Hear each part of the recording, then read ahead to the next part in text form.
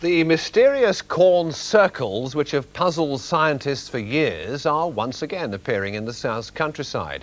Despite a considerable amount of research, no one seems any closer to explaining why or indeed how they occur.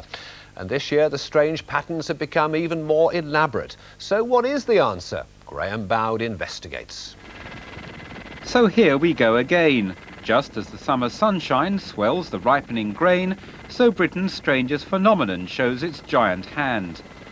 This year, some of the patterns seem more complex than ever, and with them comes the inevitable crop of circle people, quasi-scientists in search of the truth. In this field near Winchester, Richard Andrews, a specialist in what he calls geometric link research, has arrived to investigate with his assistant, Mrs. Petronelle Payne. The pair have been circle hunting since the mid-70s. And they're not alone. Among the other circle folk is Pat Delgado, author of a best-selling book on the Great Mystery.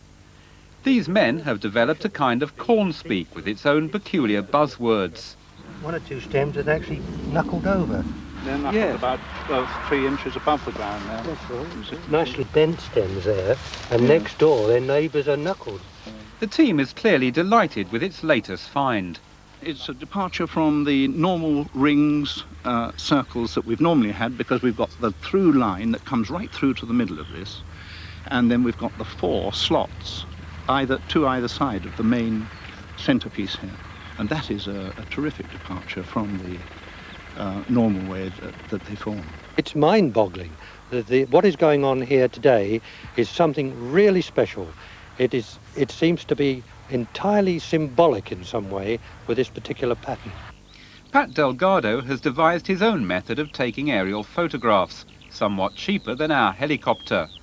Both he and Mr. Andrews believe the crops are flattened by some unexplained natural force. They have little time for the theories of this man, who follows them around taking notes. I'm interested in the paranormal. I have been for 25 years, and I keep an open mind.